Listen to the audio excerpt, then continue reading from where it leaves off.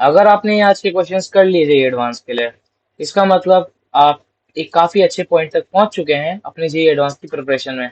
चलिए देखते हैं वो कौन से क्वेश्चंस हैं। हेलो एवरीवन, वेलकम और वेलकम बैक टू कंसेप्टेंस जी। तो जैसा मैंने आप लोगों से प्रॉमिस किया था कि अब हम एक बूस्टर क्वेश्चन की सीरीज जरूर चालू करेंगे, and this is here the booster question series. तो आज हम 3 या 4 क्वेश्चन ही लेने वाले हैं, उससे ज्यादा क्वेश्चन हम पिक नहीं करेंगे आज की क्लास में।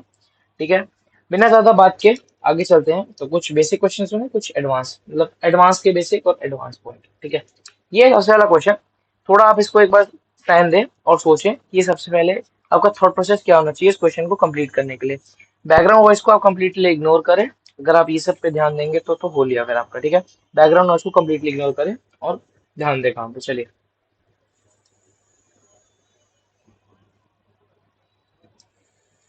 कुछ सोचा, कुछ आया होगा दिमाग में, कुछ सोचा होगा, राइट। चलो, अब करते हैं इसका सोल्यूशन। इसका बहुत ही इजी सोल्यूशन है, अगर मैं बताऊं आप लोगों को तो। सबने ये चीज पढ़ रखी है कि एक सेमी इनफाइनाइट वायर जो होती है, राइट, जो सेमी इनफाइनाइट वायर होती है, ठीक है, वो इलेक्ट्रिक फील्ड कितना देती है? √2 k लैम्डा/r²। बिल्कुल सही, √2 k लैम्डा/r², ये देगी। I am very sorry, √2 k lambda नहीं, I am very very sorry about this. √2 k lambda, मैं इलेक्ट्रिक से कंफ्यूज हो गया था, सॉरी। √2 k लैम्डा/r, ठीक है। अब ये है, तो ये डायरेक्ट होगा ना, देखो ये भी सेमी इनफाइनाइट है, इसलिए तो ये यही पॉइंट होगा ना। तो इसको बस ओपन कर दो, √2 k into lambda divide by 4 pi epsilon naught R. जब करोगे तो ई क्या होगा? √2 लैम्डा/4 पाई एप्सिलॉन नॉट आर। और ये कितने पे होता है? ये एक पॉइंट है यहाँ पे, एक के लैम्डा बाय आर होता है, और एक ये पॉइंट है यहाँ पे के लैम्डा बाय आर होता है। तो ये बताओ ये कितने पे होता है? ये तो 45 डिग्रीज पे होगा ना। इसका मतलब आंसर कौन सा सही है? सी आंसर सही हो गया। समझ रहे हो बात? ठीक है, सी आंसर इसका मतलब सही है। ये ज्यादा मुश्किल क्वेश्चन नहीं था, ये मैंने बस एक बेसिक के लिए डाला था। अब जो क्वेश्चन आ रहा है वो है, अच्छा हाँ, ये ये अच्छा क्वेश्चन है। ये क्वेश्चन प्रॉपरली एडवांस टाइप है, जैसे मल्टीपल करेक्ट रहता है, ये भी मल्टीपल करेक्ट क्वेश्चन है, मल्टीपल करेक्ट आंसर वाला ये क्वेश्चन है। ठीक है, इसको सोचना, दिमाग लगाओ। 10 सेकंड का आपको टाइम दे रहा हूँ, उसमें करो। 10, मतलब सोचो एटलीस्ट। 10, 9, 8, 7, 6, 5, 4, 3, 2, 1। कुछ सोचा? कुछ दिमाग में आना चाहिए, ठीक है। मतलब कुछ कुछ कुछ तो आना चाहिए, चाहे थोड़ा बहुत आए, बट आना जरूर चाहिए। ठीक है, अब देखो, an insulating rod of uniform linear charge density lambda and uniform linear mass density mu lies on a smooth table whose surface is xy plane. Okay, the uniform electric field E is switched on in the space. अब इतना सुन के आपको कुछ समझ आया है कि यार एक रॉड है, ठीक है, एक रॉड है, इसमें चार्ज डेंसिटी क्या है? लैम्डा, और मास डेंसिटी क्या है? म्यू। इसका मतलब मास म्यू ले सकते हैं कि नहीं ले सकते? मास डेंसिटी दे रखा है, तो इसका मतलब मास म्यू मान लो जब मास नहीं पता है, और चार्ज लैम्डा मान लो जब चार्ज दे। तो चार्ज, लीनियर चार्ज डेंसिटी तो दे रखी है, वो चार्ज ही तो हुआ एक तरह से, है ना, बट वो अपॉन आपका लेंथ है, बस उससे ज्यादा क्या सोचना। सबसे पहली चीज क्या है? If electric field is along x axis, the speed of rod when it has travelled a distance D is this. सबसे पहला इसको वेरीफाई करते हैं, ये सही है कि गलत है। ठीक है, मतलब ये मल्टीपल करेक्ट है, तो आपने सोचना है। ठीक है, ये चीज मल्टीपल करेक्ट है, ये आंसर मल्टीपल है, मल्टीपल, मल्टीपल करेक्ट।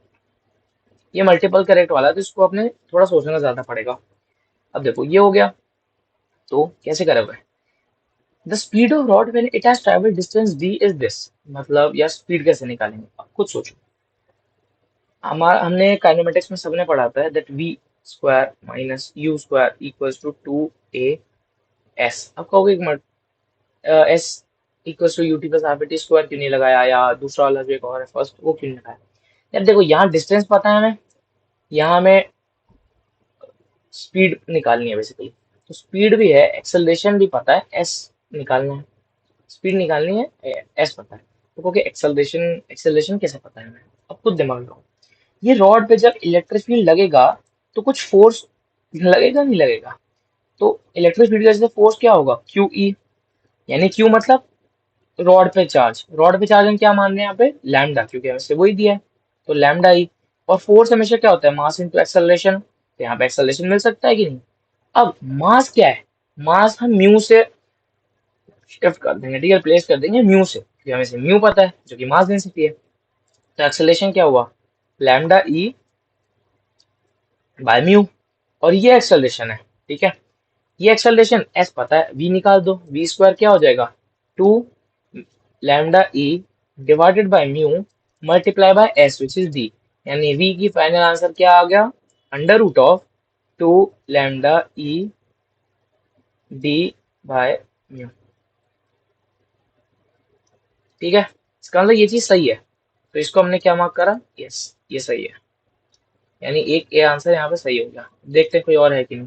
वैसे जनरली जब मल्टीपल करेक्ट में होगा ना तो एक से ज्यादा सही होंगे ही होंगे, ठीक है, और ना देंगे नहीं, ऑब्वियस लॉजिक है। अब दूसरा पढ़ते हैं। अब यार दूसरा हमने जब पढ़ा तो ये देखो, ये और ये मतलब बात सेम है, ठीक है। At an angle with X along the table search the speed of rod it has travelled distance D is this, ठीक है।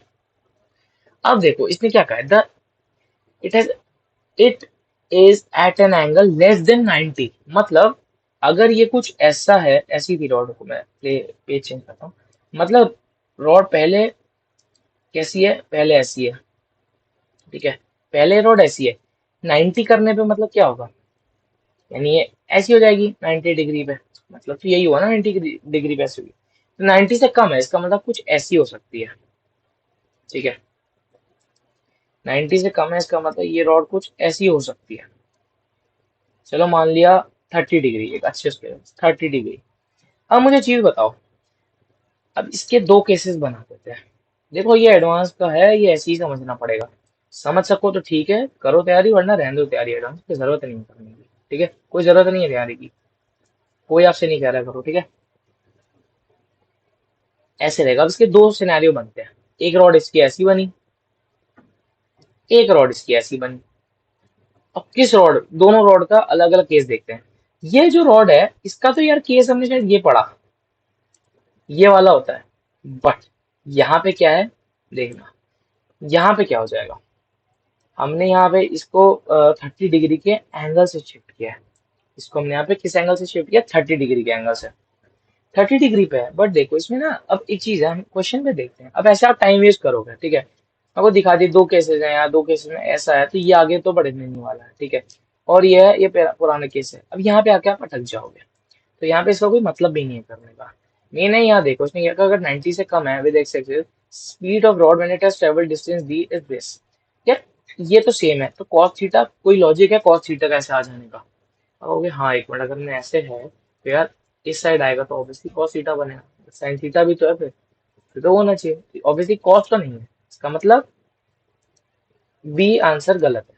सी पे आते हैं, आप सी बोलो, a non zero torque acts on the rod due to the field about centre of mass in case electric field is into the plane of paper, ठीक है।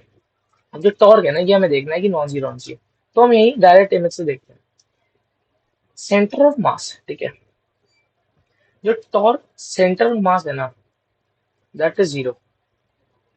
और कैसे, बिकॉज देखो ये घूम नहीं रहा है ऐसे, समझ रहे हो, ये ऐसे जा रहा है, इसका मतलब torque centre of mass zero है, और अगर ये जीरो है तो इसका मतलब जो फोर्स टोटल लग रहा है, जो सीधे सीधे जा रही है, जो टोटल फोर्स लगेगा वो F equal to Q E है, समझ रहे हो। इसका मतलब सी आंसर सही है, तो ए कॉमा सी, ये दो आंसर है जो इसके सही है, तो ये एडवांस टाइप है, मल्टीपल करेक्ट में आते हैं, इन पे ध्यान देना।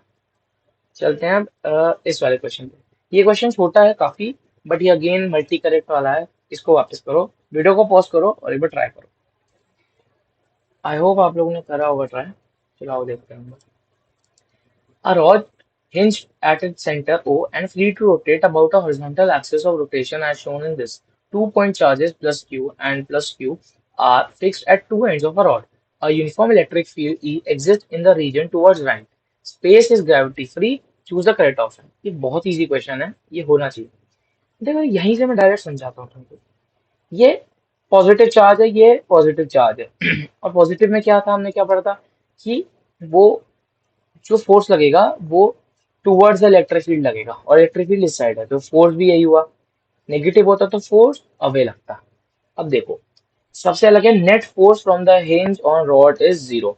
ठीक है, net force from the hinge on rod, मतलब जो हिंज फोर्स लगा रहा है रॉड पे वो जीरो है, नेट। ठीक है, देखो इस क्यू पे जो फोर्स लगेगा वो क्यू ही है, इस फोर्स, इस चार्ज के जो फोर्स लगेगा वो भी क्यू ही है। इसका मतलब दोनों यहाँ है ना, दोनों, यानी ये रॉड कोशिश करेगी इधर घूमने की, ये रॉड कोशिश करेगी इधर घूमने की, मतलब इस साइड से। ठीक है, इस साइड से इस साइड घूमना चाहेगा और ये चाहेगा यहाँ से वहां जाए, तो ये दोनों बैलेंस कर ले रहे हैं। वहीं अगर ये नेगेटिव की जगह, वहीं अगर ये नेगेटिव होता ना तो ये यहाँ जाता और ये यहाँ, तो टॉर्क लगता है, दोनों घूम जाते। ठीक है, अब ये क्या कर रहा है, ये भी यहाँ ये भी यहाँ, तो यानी जीरो हो गया। ये जीरो है मतलब, लेकिन नेट फोर्स तो जीरो होना चाहिए ना, तभी तो नहीं घूम रहा है। नेट फोर्स जीरो अगर होगा तो यानी स्टेबल रहे। अब देखो, second, net force from the hinge on rod is left word, ये सही ऑप्शन होगा। क्यों? अब देखो इसको बताते हैं, बी ए होगा सही। अब बताता हूँ क्यों। यार मुझे एक चीज समझाना,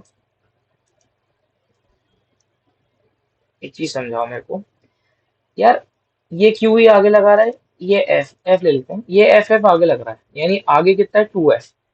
तो यार इसको बैलेंस करने के लिए पीछे तो कुछ लगाना पड़ेगा ना, तो वो हिंज तो लगाएगा। तो क्या होगा, net force from hinge on the rod is left, तो लेफ्ट की साइड होगा तभी तो राइट का बैलेंस होगा। समझ रहे हो बात को? और equilibrium of rod is neutral obviously, यानी बी और सी सही आंसर है। समझ रहे हो? आगे चलते हैं। ये बहुत छोटा क्वेश्चन था, ठीक है। ये क्वेश्चन आप लोगों के लिए होमवर्क है, ठीक है, ये होमवर्क है, इसको करना नेक्स्ट क्लास में। इसका टेलीग्राम पे आंसर शेयर करना ग्रुप में। इस क्वेश्चन को करके ग्रुप ज्वाइन करो, आपको कमेंट में, पिन कमेंट में ग्रुप का लिंक मिल जाएगा। डिस्कशन ग्रुप है और एक मेन चैनल है, बेसिकली मेन ग्रुप है और एक डिस्कशन ग्रुप है। तो उसमें डिस्कशन वाले में आपको इसका आंसर पोस्ट करना है, ठीक है। जिसका आंसर सही होगा उसे मे भी कुछ दे, ठीक है। तो इसका आंसर टेलीग्राम चैनल पे पोस्ट कर देना, हमारे शेयर करना ग्रुप पे,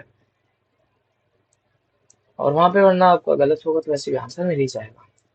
थैंक यू, मिलते हैं नेक्स्ट क्लास में। कहा था ये छोटे सेशन होंगे बूस्टर के, ठीक है, नेक्स्ट क्लास में। अब देखो बूस्टर है तो इसका मतलब पहले से हो रखा है बेसिकली। ये बूस्टर उनके लिए पे जिनका जो मैग्नेटिज्म या इन सब चैप्टर्स पे है या उनका सिलेबस हो चुका है, वो बस क्वेश्चंस ट्राई करने आ रहे हैं। तो हम यहाँ पे सारे टाइप के क्वेश्चन लेंगे, डाइपोल रिलेटेड, ठीक है, potential related, capacitor type related question जो मिक्स्ड हो। 11 12 दोनों के मिक्स क्वेश्चन यहाँ पे अब लिए जाएंगे, ठीक है, ताकि जिसने कर लिया वो भी इनको अटेंड कर सके। ऑल द वेरी बेस्ट, मिलते हैं नेक्स्ट क्लास में।